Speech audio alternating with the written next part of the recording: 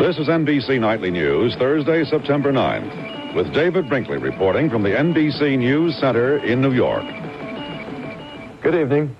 In the famous Little Red Book, Quotations from Chairman Mao, on page 227 he said, quote, "All men must die, but death can vary in its significance." Well, Chairman Mao died today, and the significance of his death is enormous, because he was the first man in China's long history ever to unite that country. He united it actively in his younger years and symbolically in his older years, and how it'll go in China without him there, nobody knows. Mao died on the 15th day of the 8th moon, a Chinese holiday. In the biggest Chinese city, Peking, people first heard the news on the local television. And here's a report from Leonard Pratt in Hong Kong. Most of China's 800 million people learned of the death of the chairman by television and radio. A special half-hour program broadcast the Central Committee's death notice and a long history of Mao's life that praised him as the greatest Marxist of the modern era. Here in Hong Kong, which maintains close economic and cultural ties with the Chinese mainland, Mao's illness and death has touched everyone. Today, British and Chinese flags were lowered to half-staff, and crowds rushed to buy late papers carrying the news. All over town, people gathered around televisions and radios, listening to the reports from Peking. A memorial service is also to be held here in the Bank of China building, which serves as one of Peking's outposts in the city. Analysts here believe Mao's death may present a major threat to his leftist followers within the Peking leadership. With Mao's backing, the so-called radicals managed to purge Vice Premier Deng Xiaoping in April. They demanded that other, more moderate officials be purged as well. But in the last few weeks, the campaign has stalled against firm, moderate resistance. Even the announcement of Mao's death included a strong call for the unity and the unification of the party, a clear sign that disruptive tactics by Mao's followers will not be tolerated. More infighting may follow in Peking, but the best analysts here are saying that Mao's radical vision of China may have died with him. Leonard Pratt, NBC News, Hong Kong. It was Mao who made the decision to open a new relationship with the United States and to invite Nixon and Kissinger to visit in 1972, and that could in time come to be one of the great events in the histories of both countries. In Washington today, there were expressions of admiration for Mao as a great leader and of hope that the friendship with China would continue and grow. Here is Richard Valeriani. President Ford, who met Chairman Mao last December, carefully took note of the Chinese leader's impact on history. Chairman Mao was a giant figure in modern Chinese history. He was a leader whose actions profoundly affected the development of his own country. His influence on history will extend far beyond the borders of China. Americans will remember that it was under Chairman Mao that China moved together with the United States to end a generation of hostility and to launch a new and more positive era in relations between our two countries. At the State Department, Secretary of State Kissinger appeared to be directing a message at Mao's successors as he talked about the impact of the chairman's death on American-Chinese relations. When any historic figure disappears, it is extremely difficult to predict everything that his successors will do. The basis of the relationship between China and the United States is mutual interest. I believe that these mutual interests are to some extent independent of personalities, and that therefore the main lines of the policies are likely to be continued. The Shanghai Communique, which was signed in 1972, established guidelines for the normalization of relations. But while Kissinger can talk confidently about present American policy, his assessment of Peking's policy amounts to an educated guess. For, as he acknowledged, nobody here really knows what's going to happen inside China. Richard Valeriani, NBC News at the State Department. The Russians announced Mao's death in a flat, matter-of-fact way, offering no perorations or denunciations or political sermons. They sent messages of sympathy, polite but not effusive. They avoided anything provocative, presumably because they hoped to be on better terms with whoever comes next. The only sour, bitter note came from Taiwan, where the radio announcers came on and said, "Good news, the bandit leader is dead." Coming up, an extended look at the life of one of the most effective political leaders of our time, described by John Chancellor. Carter's campaign has formally begun. Ford's has not. Today, however, they were both out attacking each other, Carter formally and Ford informally. And impending crisis in baseball. The Philadelphia Phillies led the league by 15.5 games, but they have choked up and are losing, and their lead is down to 4.5. This and more coming up. The formal opening of President Ford's campaign for president will be next Wednesday at the University of Michigan.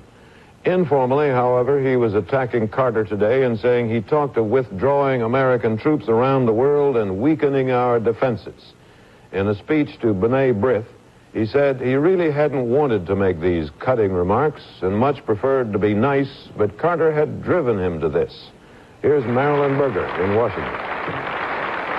The president said he had prepared a nonpartisan speech for what he understood as a nonpartisan organization. But when I saw the morning paper,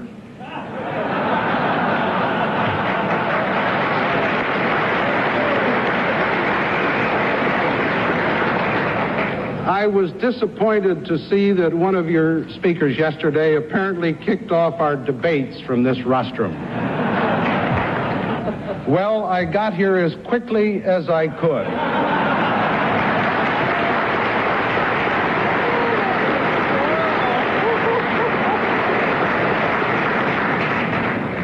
Without objection, I'd like my turn at the plate. Departing from his text, Mr. Ford gave his rebuttal. Carter, he said, had called for stronger ties with our traditional allies and stronger ties with Israel. Ford went him one better, saying Israel is one of our traditional allies. As for our other allies, the gentleman has proposed troop withdrawals from Western Europe and from Korea, defense budget cuts that would cripple our ability to supply or sustain our friends, bans on nuclear tests by our allies, a nuclear strategy of massive retaliation policies which would invite a major crisis with our allies, including Israel. This was the president's opening bid for the Jewish vote. The president stressed his record of support for Israel, part of his overall campaign strategy to run on his record on all issues. The hope clearly was that his listeners would prefer the known quantity, Ford, to the unknown, Carter. Marilyn Berger, NBC News, the White House. Carter, meanwhile, was moving through the West formally. Of President Ford's attack today, he said, as usual, it bore no relation to the facts. He said he was not talking of weaker defenses, but of reducing the waste and mismanagement in the Pentagon. And whatever Ford says, Carter says he believes it is there, 5 to 6% of it at least. Here's Kenley Jones. Almost everywhere Carter has gone this week, he has been met by demonstrators attacking his position on abortion.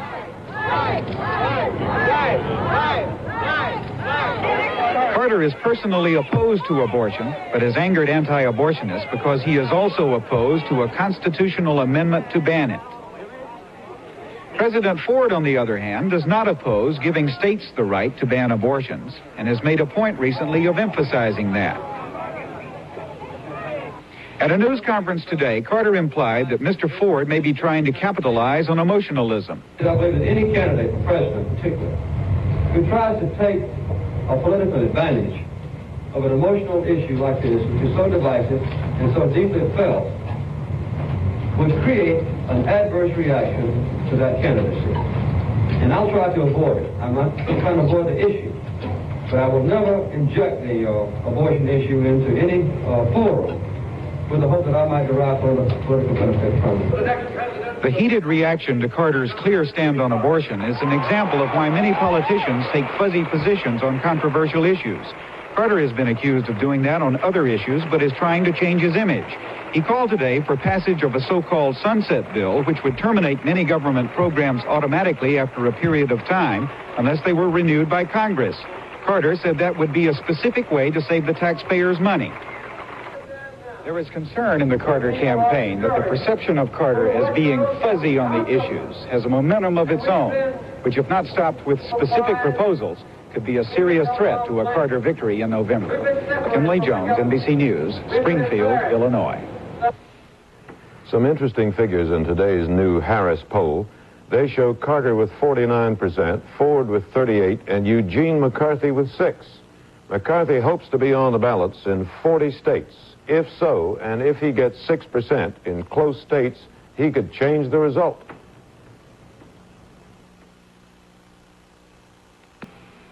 A new study shows that Congress is itself one of the great growth industries in America.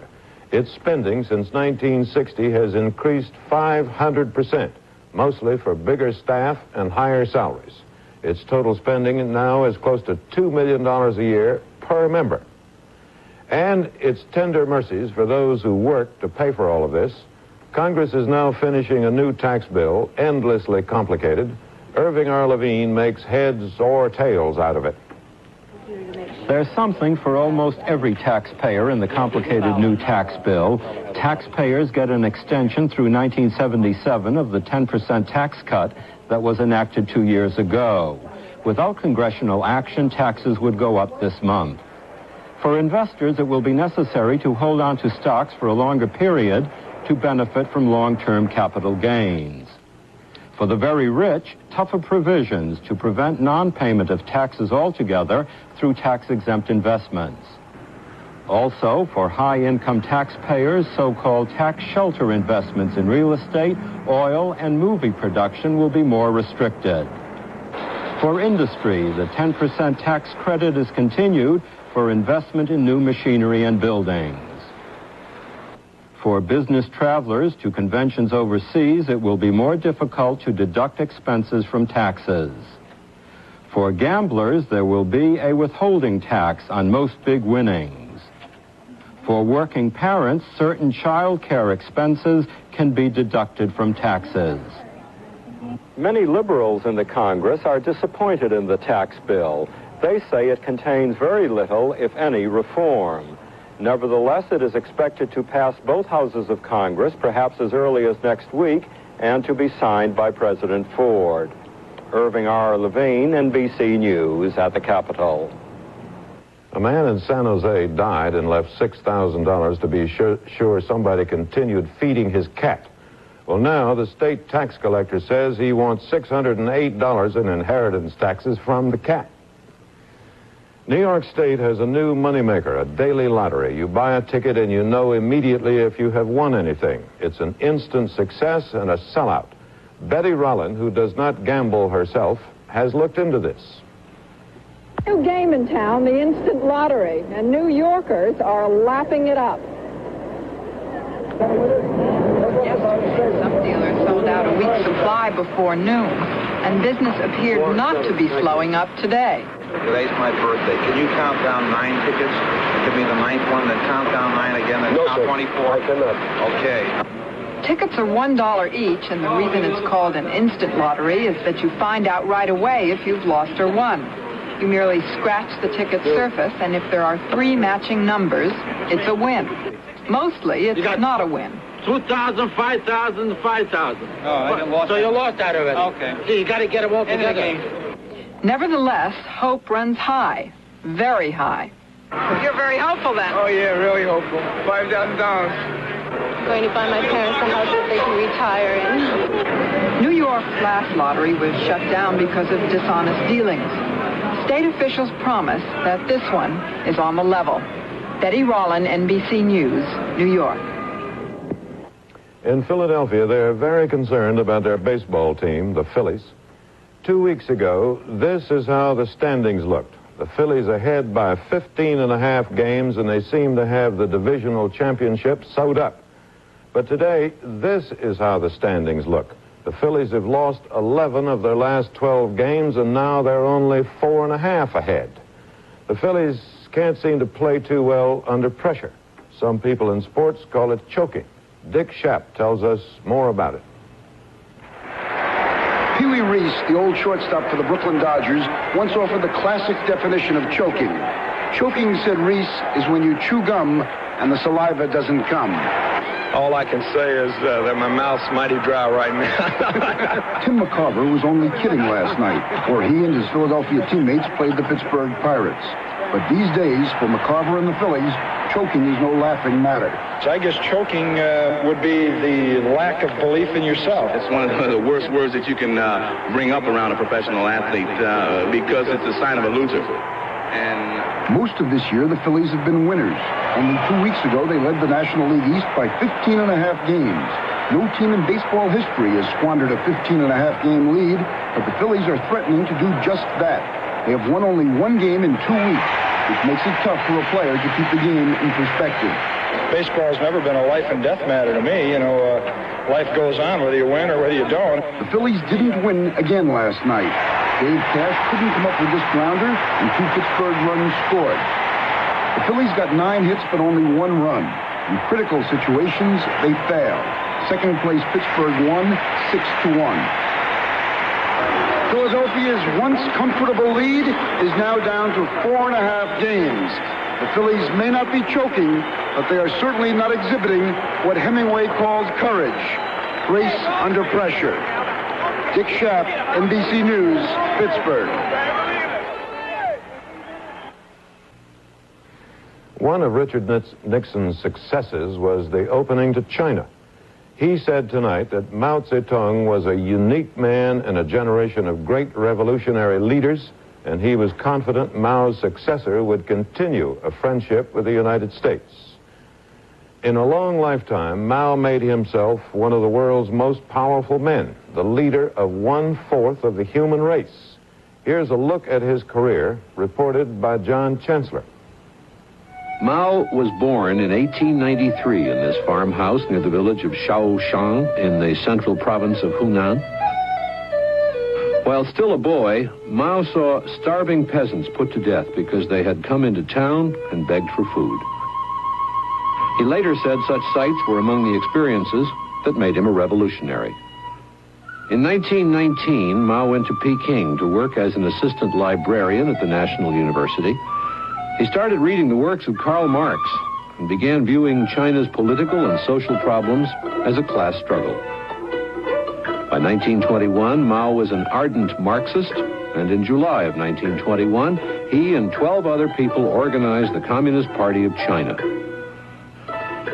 For several years, the Communists and the Kuomintang, now led by Chiang Kai-shek, worked together against the Republican government that came to power in 1912 after overthrowing the Manchu emperors. But in 1927, Chiang broke with Mao, outlawed communism, and sent his troops to find Mao's followers and kill them. Thousands of peasants and workers were rounded up, shot, or beheaded. Those who weren't executed went underground, fighting Chiang's troops in an economic blockade that left the communists close to starvation. Finally, in 1934, Mao and one of his generals led 90,000 men, women, and children on a 6,000-mile march from Jiangxi province in South China to the mountains of the north. The Great Long March, one of the most remarkable strategic retreats in history. Mao and his followers crossed mountains, wild rivers, barren plateaus, and a dozen huge provinces. They not only had to fight Chiang's soldiers, but hostile mountain tribesmen and warlords as well. By the time the march was over and Chiang's pursuit stopped, only 20,000 of Mao's people were left alive. For 10 years, they stayed in this barren, rocky valley, living in caves in the mountainsides.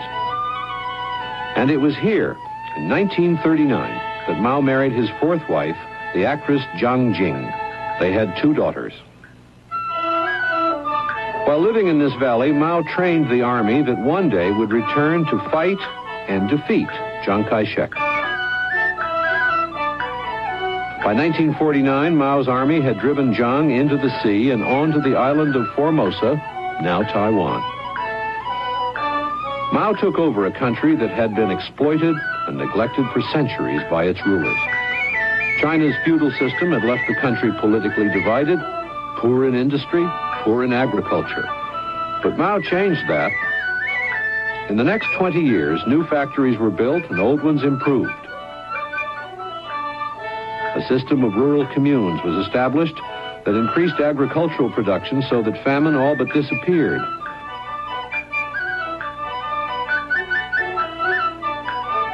Mao also undertook the gigantic task of uniting the Chinese people. He put down revolts, sometimes ruthlessly. He transformed China from a collection of feudal baronies into a modern country. His presence was everywhere, in statues, on posters, and in the pages of the Little Red Book, quotations from Chairman Mao. In the mid-1960s, Mao's health began to fail. Rumors spread that he was near death. Among the ways the government counteracted those rumors was to release this film in 1966. They said it showed the 73-year-old Mao swimming downstream for 10 miles in the Yangtze River. That was not impossible. Mao was a strong swimmer and loved swimming. As the leader of China, the symbol of China, one of Mao's functions was to greet foreigners like these African leaders. Over the years, most of those who met Mao found him animated, alert, and to the surprise of many, occasionally full of humor. But age and infirmity put an end to these duties in June of 1976. And so, full of years and honors, Mao spent his final days living in what was once an emperor's palace in Peking, receiving the world's most celebrated and important people. An invitation to this palace was highly sought after and most difficult to get. And why not? When the history of this century is written, it will say that Mao Zedong was one of the most powerful men of the 20th century. The man who shaped history for the world's most populous country. No wonder they came and shook his hand. Tonight at 10 o'clock, 9 Central and Mountain Time, Tom Brokaw and I will be here for an NBC News special report, The Death of Chairman Mao. The NBC Thursday night movie will be shown an hour earlier than planned. Thank you, and good night for all of us at NBC News.